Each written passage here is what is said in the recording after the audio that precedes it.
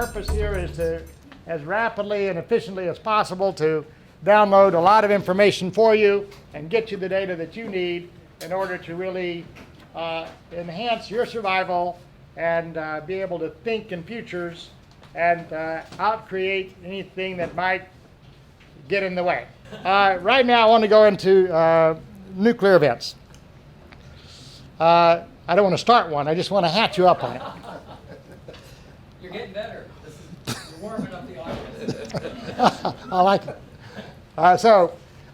Last week we went over two videos that I'm not going to show again this week that talk about how within the first minute or two of a nuclear explosion you can figure out what size the weapon was, where it came from, how likely it is that there will be others going off, and several other things that will help you plan exactly what to do.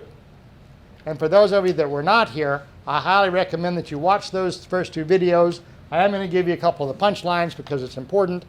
And that is, how do you know how big it is? Well, somebody tell me, how do you know how big it is? Length of flash. Length of flash. So how long a flash means what? The longer, How big it is. Yep, the longer the flash, the bigger it is. So what about a 1 to 3 second flash? How big is that? smaller.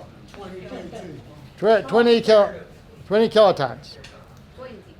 20. That's about the size of what went off at Hiroshima and Nagasaki. So if you're just around doing something or other and you notice something, it gets really bright in the room for some reason for a second or 2 or 3 seconds, and then it kind of goes back to usual, well, you better be suspicious and go look out the window and don't stare at it because you can go temporarily blind. But almost nobody goes permanently blind staring at it. I just don't recommend it. You're going to need to do some things. Now, how do you find out how far away you are from the bomb? You count something. You count. Yeah. And how does counting help you? How do you do it?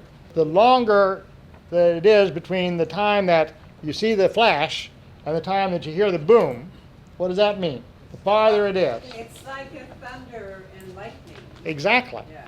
It's the exact thing it is.